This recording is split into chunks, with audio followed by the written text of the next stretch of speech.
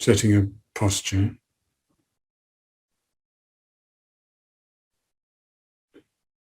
Arranging your legs in a stable way. If you're on a seat, your feet flat on the floor or on a cushion.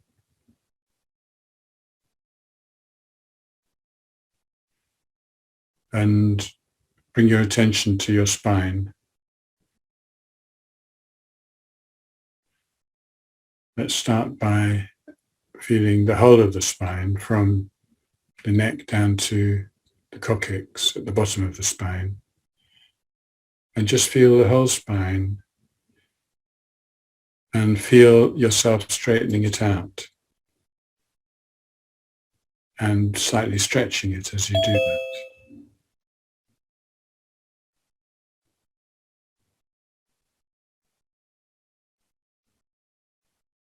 And as you straighten your spine, you might be able to feel the flow of energy up and down it. The idea is to free up the flow of your energy as your spine is straightened.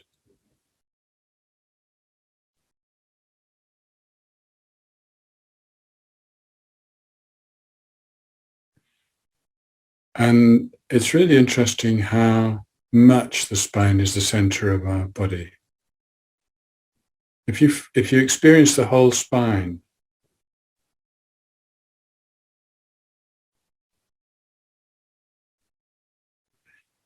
really everything else is an appendage almost. You know, your head or skull perches on top of it, and your shoulders run off it. And then you've got your pelvis at the base of it with your legs coming off that.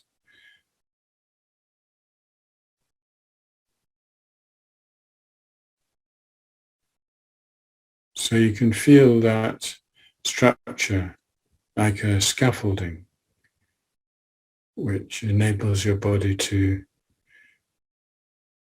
be still in a seated posture.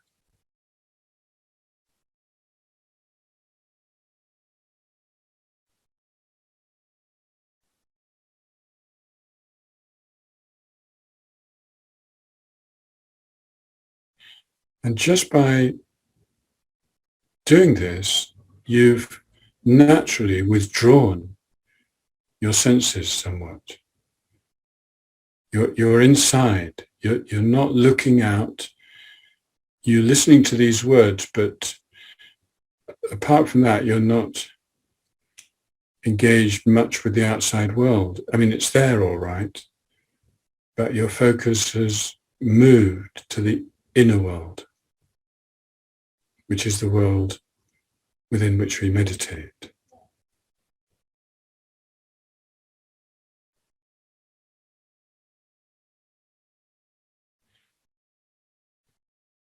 As we know from a lot of the meditations we've been doing in this group, the inner world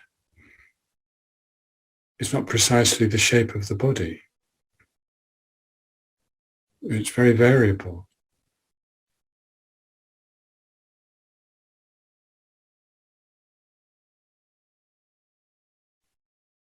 It could become quite small. For instance, if you bring your awareness to a place like your nostrils, and just feel the breath passing in and out of the nostrils, which is going to be our meditation shortly.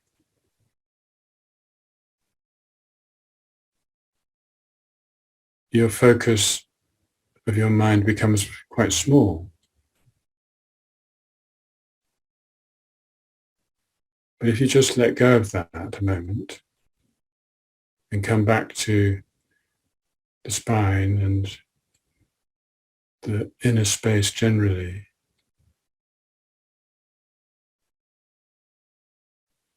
you can discover that the inner space actually has no boundaries.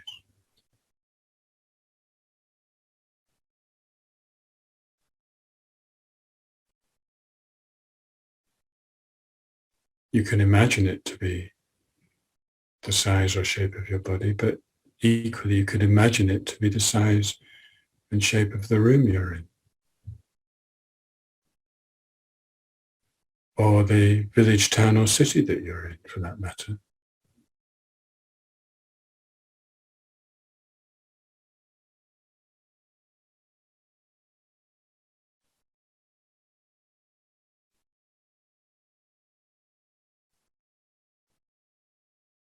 And the reason for this is because the mind, which is what we use to meditate, is not a physical entity in the same way the body is.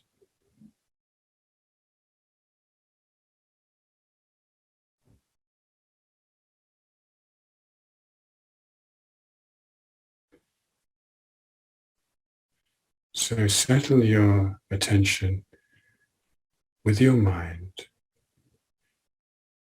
more or less in your body, but with this awareness that that's a choice to locate it here.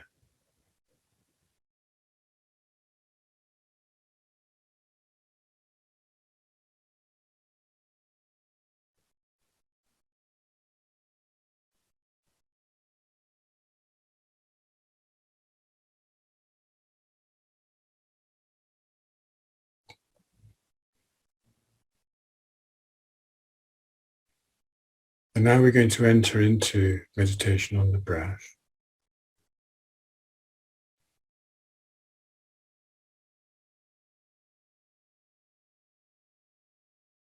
And particularly from the nostrils right down into the diaphragm, which is in your belly, but including also your chest. You can feel the breath.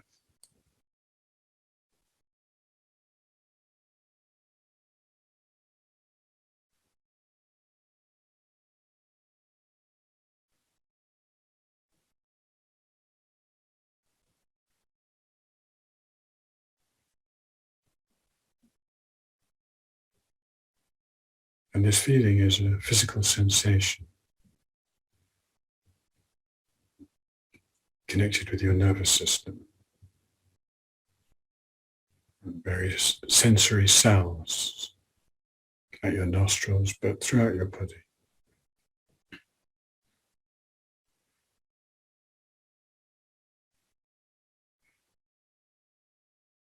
And the mind can interpret the information from those cells to give you a kind of inner picture of the breathing. And this picture doesn't have to be a visual image. It's more of a sensory image.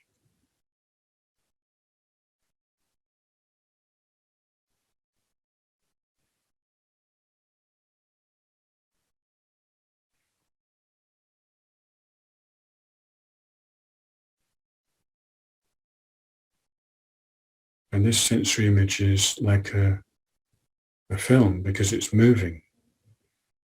It's not just like a photo, which is static. You're observing something moving.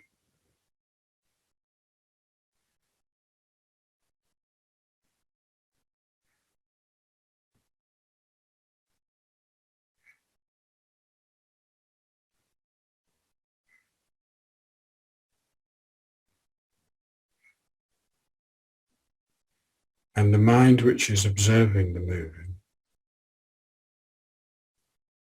if you concentrate, it keeps up with the moments of the motion of the breath. Because the mind is always in the present. So unless you're distracted, you just stay with wherever the breath is up to at that point.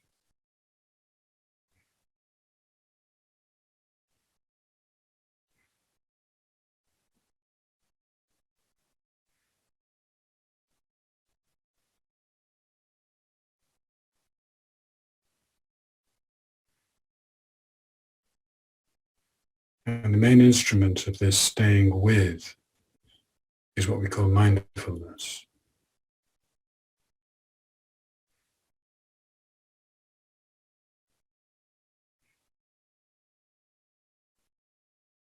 And by doing this practice, what it develops in the mind is what we call either concentration or meditative stabilization.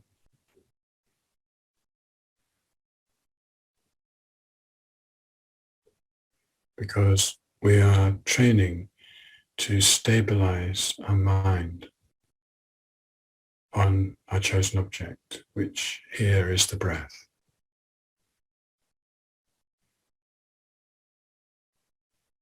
So be aware as you meditate of holding the experience with mindfulness and generating concentration or meditative stability.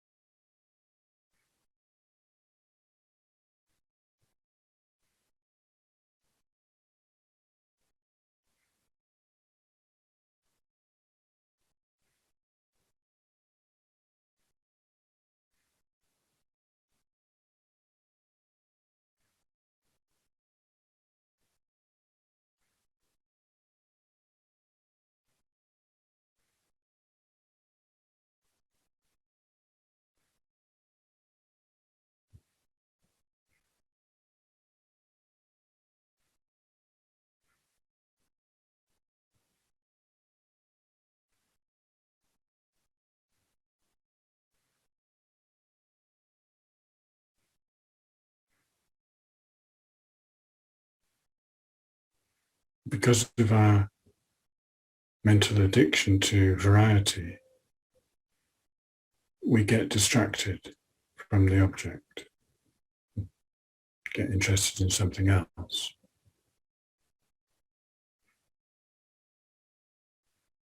So the mindfulness needs to be quite strong to hold our mind to the object.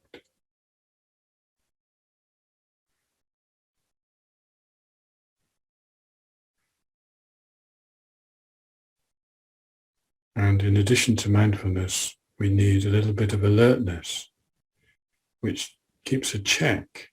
Am I staying with the object or not? And if we're not, then we need to come back. And when you're skilled, alertness can even spot when a distraction is on its way and just pull back from it.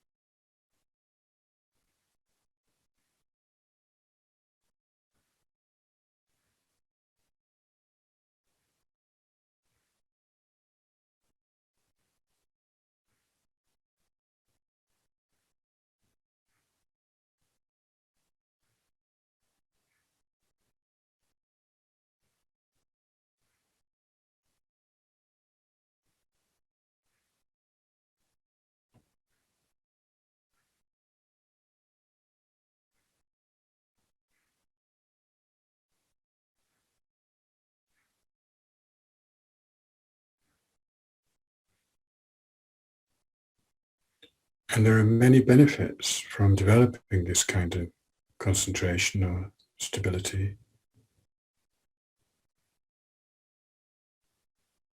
One of them is calmness.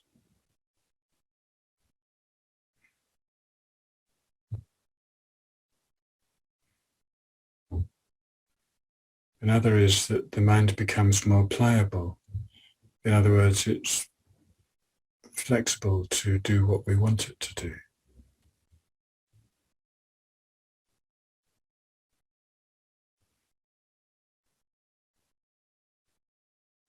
And with pliancy comes a pleasurable feeling. We can even call it bliss.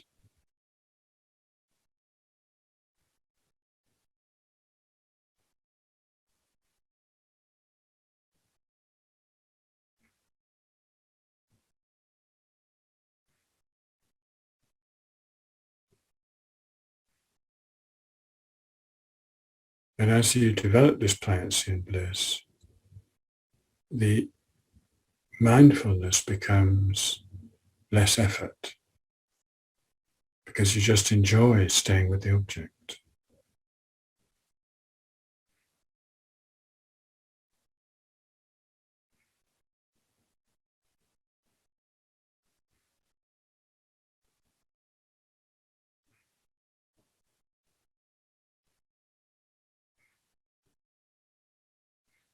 Don't get distracted into thinking about what I've been saying, just do it.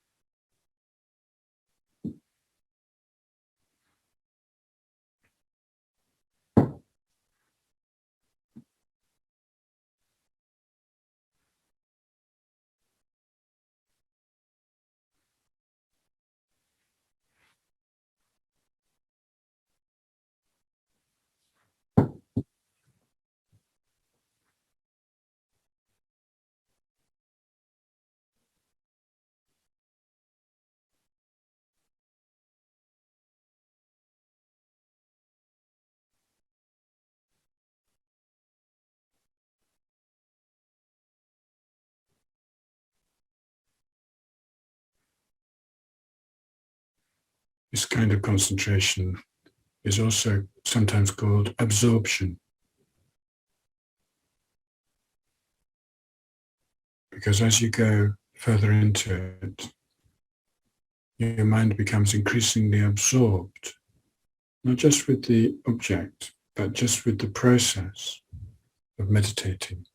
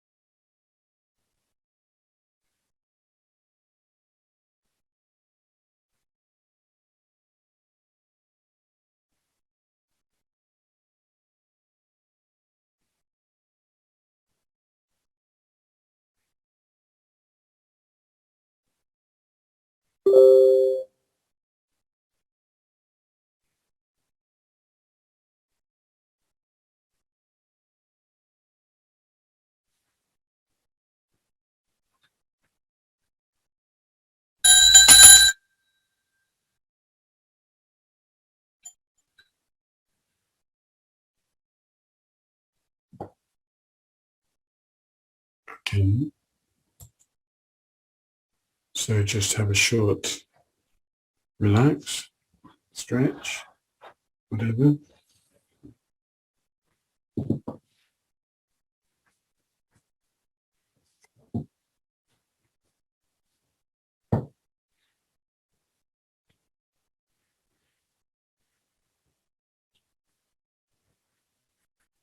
And now in the second meditation today, which we'll start in a moment,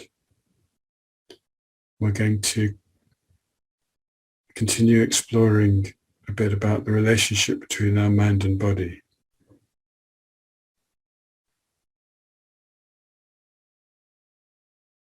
So let's move now to a meditation posture again, the same one or a different one.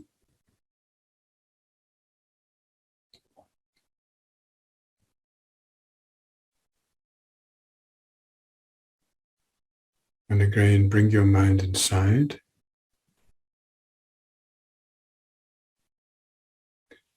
And be aware of your Mic mind. off. And synonyms for the word mind could be awareness or consciousness.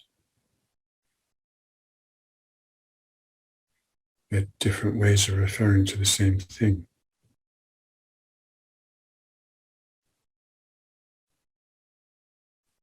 And we're going to explore how the mind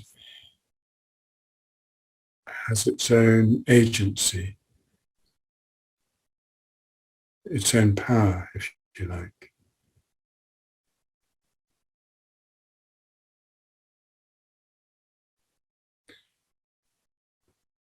But we do have to acknowledge that the mind is interdependent with the body.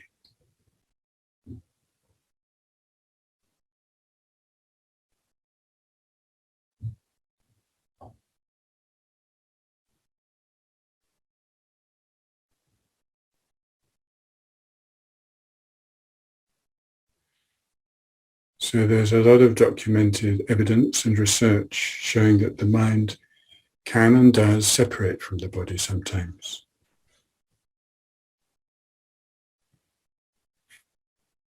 This experience is sometimes called out-of-body experience. And many, many people have had these experiences, which are verifiable because from outside their body, they see things which can be confirmed later.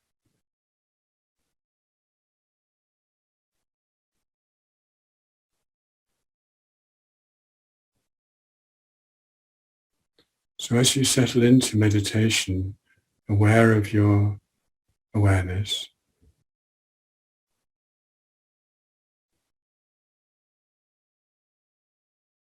recognize that it isn't totally dependent on the body.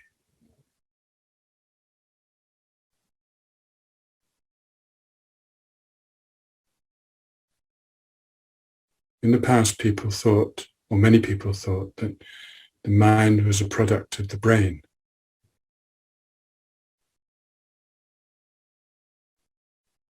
And of course, the brain has a big influence on the mind and a major part to play.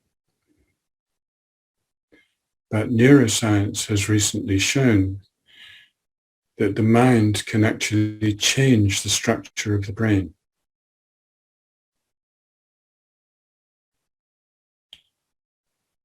For example, experiments on meditators have shown that they have actually restructured their brain in certain ways through continuing focus on, for example, compassion.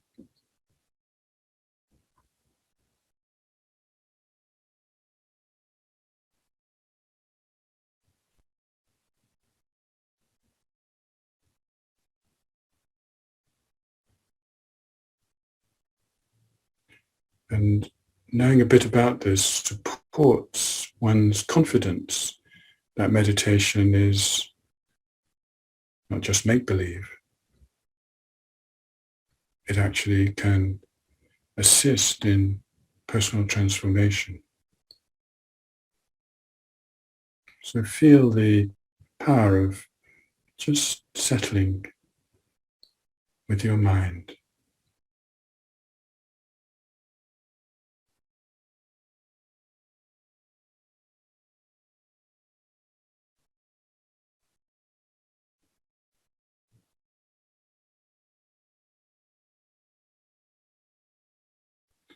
And the third bit of research I want to mention is well-documented evidence of thousands of cases from different parts of the world of children who remember their previous lives,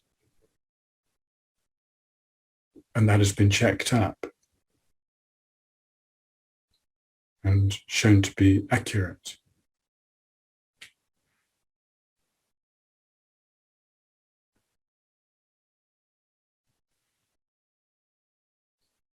And what this also shows is that the mind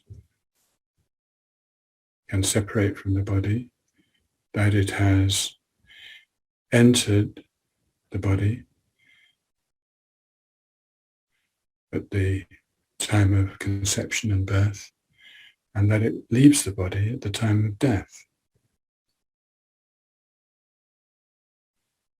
So again, settle into this meditation with your mind, with this sense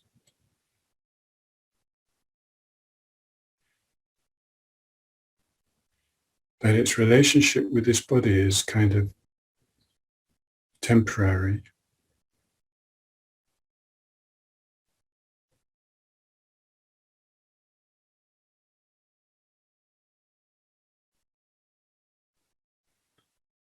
And not totally bound together.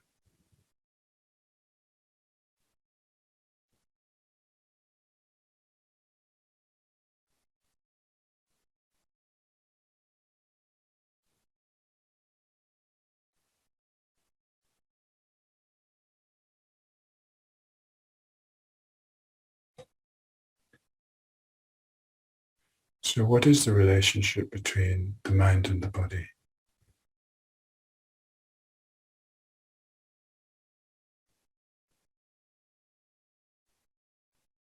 One way to look at it is that the mind is using the body.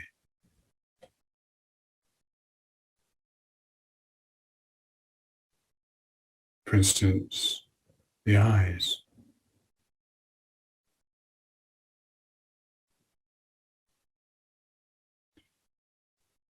The eyes are a part of the body that enable us to see in front of us.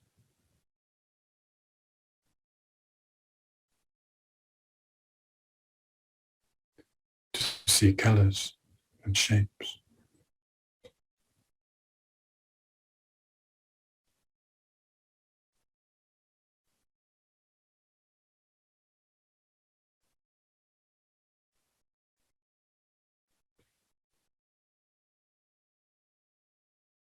The experience is in the mind, but the body is the instrument for that experience.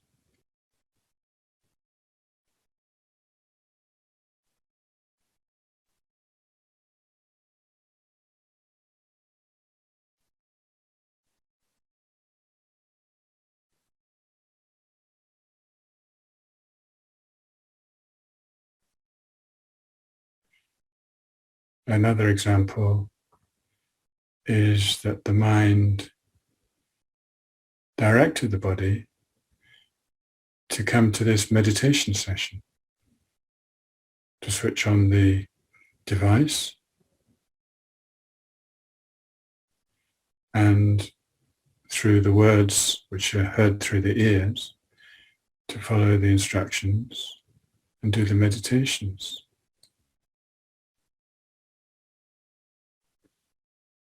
So again, the mind used the body for this purpose.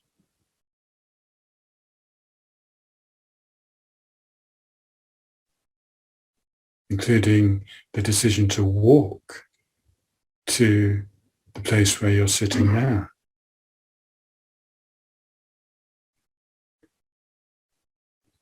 These are examples of how the mind and body work together.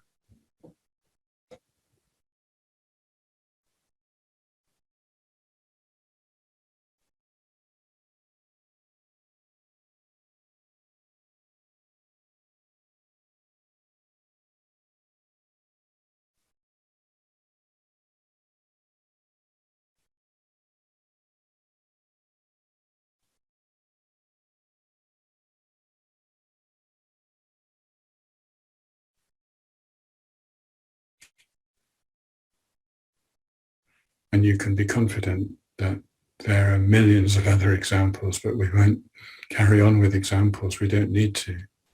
Just sit with your mind located with your body, with a sense that your mind is the agent and your body is the instrument.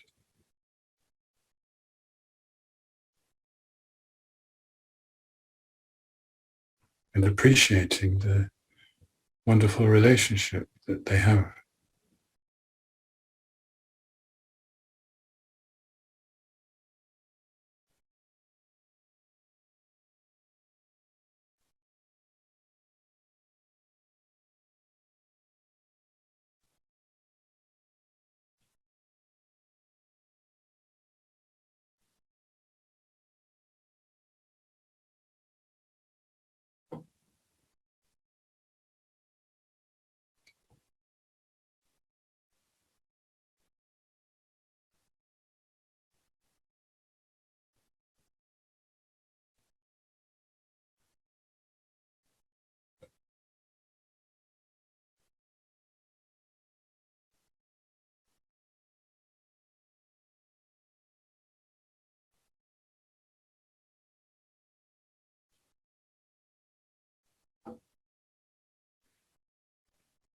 Gradually, more and more, try to feel this experience rather than thinking about it.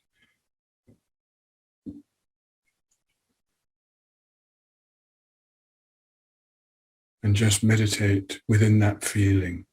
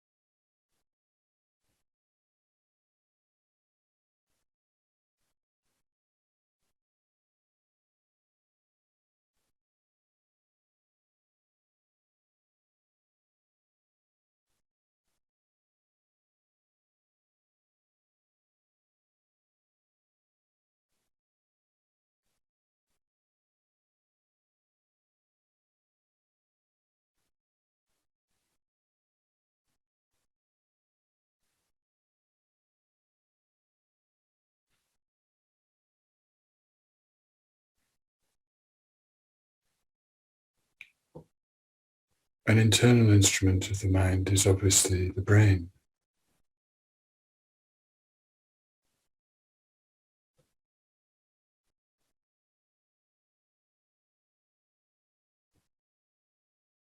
Which includes various cortexes and lobes and all that, and many neural pathways, and isn't only involved with interpreting sensory experience.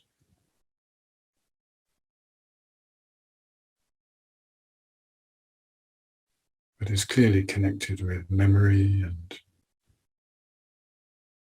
problem solving, decision making.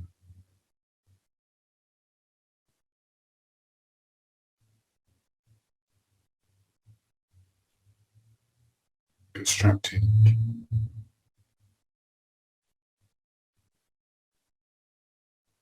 our sense of our world.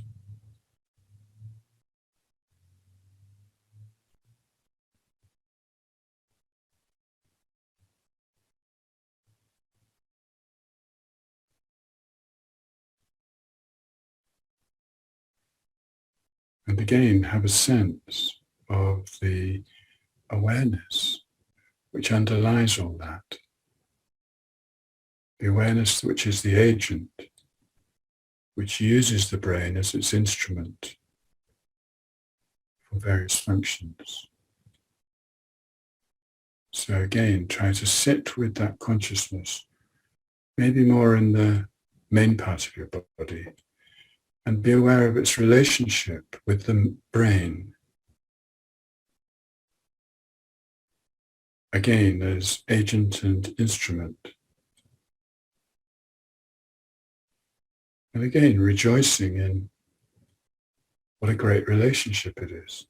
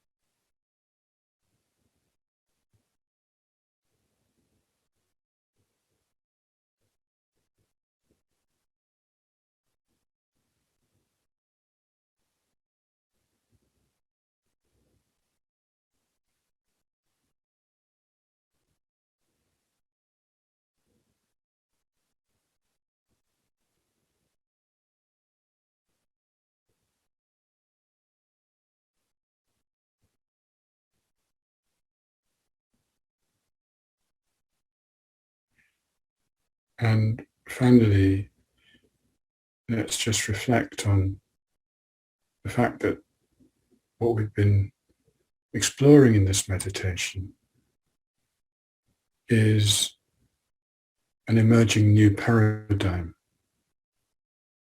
In the 19th and early 20th century, sort of reductionist materialist science said that there wasn't anything apart from the material.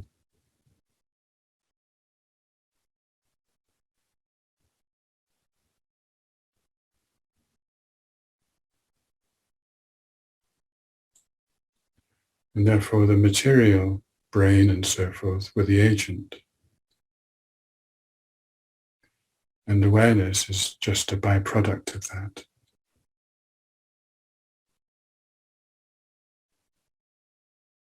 But this emerging paradigm, which is becoming more and more widespread in different fields,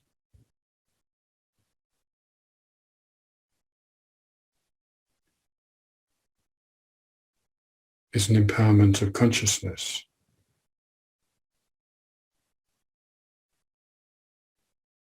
As the foundation of our life, our culture, and indeed our society.